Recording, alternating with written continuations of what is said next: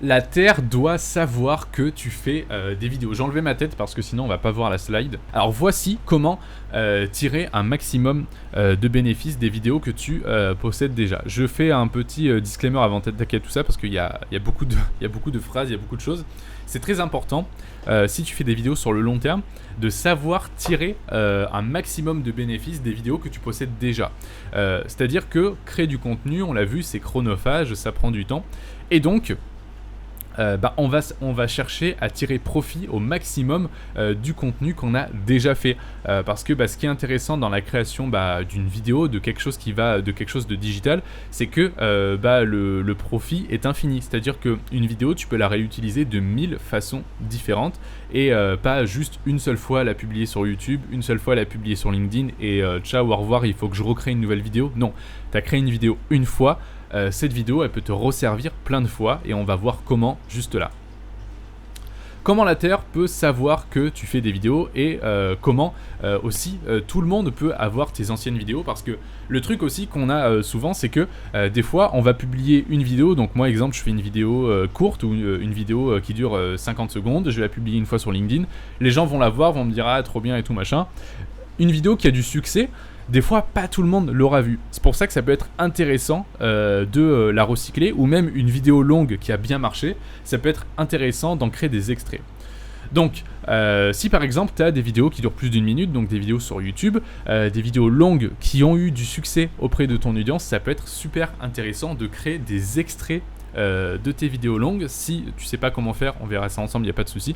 Donc ça peut être super intéressant de prendre les meilleurs moments, les moments les plus revisionnés de ta vidéo, les moments vraiment où tu donnes les meilleurs conseils dans tes vidéos, et d'en faire des vidéos courtes à partir des vidéos longues que tu as sur ta chaîne YouTube si tu en as fait. C'est un super moyen de capitaliser sur des vidéos que tu as déjà faites, ou même vous êtes nombreux dans la formation à faire ou vous allez faire bientôt des lives.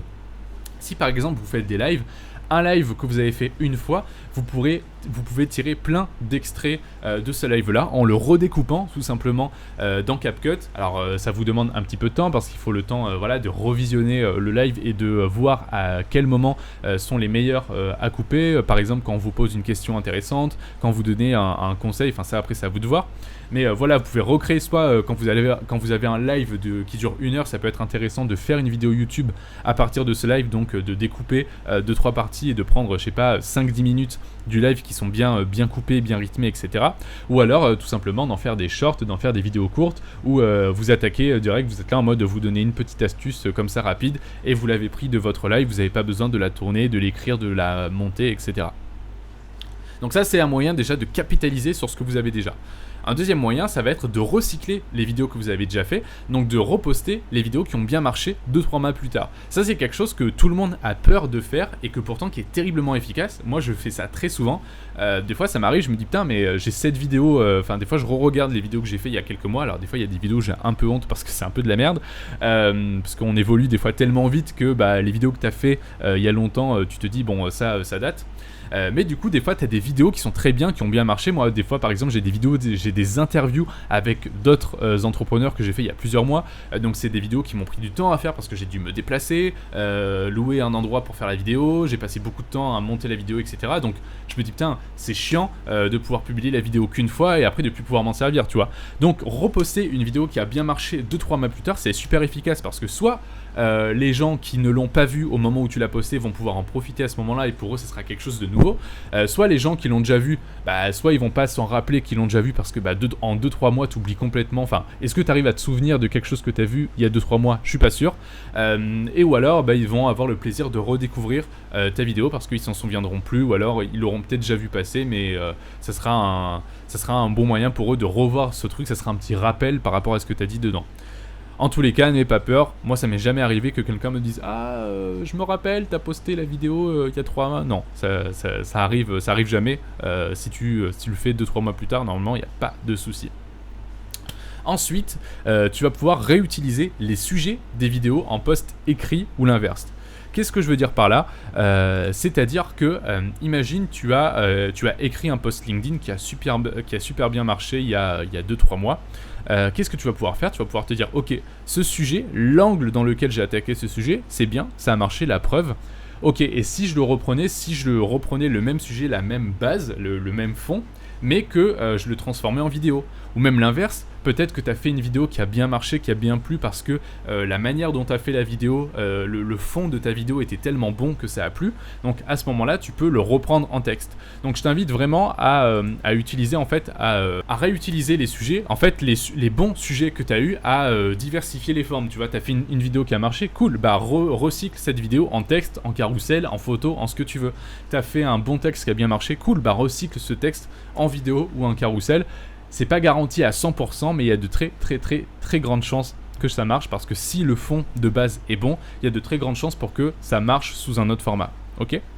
Pour finir, faire des collaborations avec d'autres entrepreneurs. Alors ça, c'est vraiment le niveau avancé quand tu as un peu l'habitude de faire des vidéos. Moi, c'est quelque chose que je t'invite à faire parce que c'est quelque chose qui est vraiment très bénéfique pour moi. C'est faire de chercher à faire des collaborations avec d'autres entrepreneurs qui ont des thématiques complémentaires à la tienne. Alors ça peut être soit d'autres entrepreneurs qui font quasiment la même chose que toi. Donc si par exemple tu travailles, tu travailles dans le marketing digital, tu peux faire une collaboration avec un collègue à toi qui est dans le marketing digital, avec qui tu t'entends bien et qui fait la même chose que toi, mais pas exactement non plus. Ça peut être super. Ou alors, tu peux faire des collaborations avec des gens qui ont des thématiques qui sont parallèles aux tiennes, c'est-à-dire qui n'est pas du tout la même chose, mais qui va bien ensemble. Moi, par exemple, ça m'est arrivé souvent, par exemple, de faire des vidéos avec des copywriters, tu vois. Le copywriting, moi, ça va très bien avec mon sujet, avec la vidéo, parce que, avoir un bon copywriting, c'est essentiel pour faire des bonnes vidéos, écrire des bons posts sur LinkedIn, etc. Donc moi, ça va très bien avec ma thématique parce que moi, j'aborde souvent les choses sous un angle stratégique, sous un angle réfléchi, stratégie, etc. Donc du coup, ça va de sens de faire des collaborations avec des copywriters pour écrire des meilleures vidéos, etc.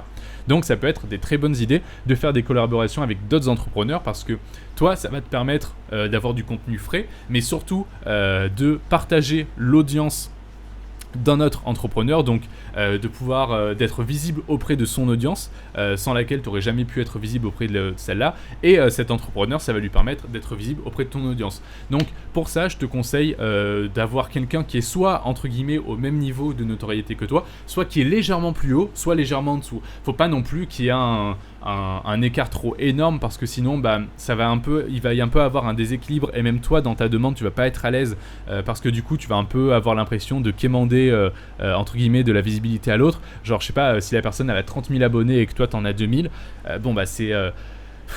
tu peux le faire si la personne tu la connais, etc., si elle a envie et tout, mais je te conseille plutôt d'aller voir des personnes qui ont une taille de communauté similaire à la tienne. Toi tu seras beaucoup plus à l'aise et la personne va avoir quelque chose à gagner, parce que si tu proposes une collaboration à la personne, il faut que elle comprenne bien ce qu'elle a à gagner. Ce qu'elle a à gagner, ça peut être par exemple si tu l'interviews, ça peut être, tu peux lui dire tu vas avoir une vidéo toute faite parce que c'est toi qui vas t'en occuper, et du coup elle aura rien à faire, elle va avoir une interview de sa thématique toute faite. Toi elle aura rien à s'occuper, c'est toi qui vas tout faire, et du coup ça va être aussi l'occasion pour elle de se mettre en avant et toi de te mettre en avant auprès de son audience, parce que du coup tu vas te mettre d'accord avec la personne pour que elle ensuite elle la repartage dans son réseau, etc., etc. J'espère que c'était clair.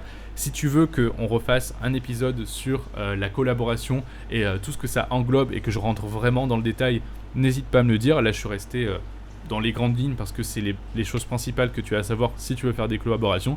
Si tu veux qu'on entre plus en détail lors des ateliers, n'hésite pas à m'en parler.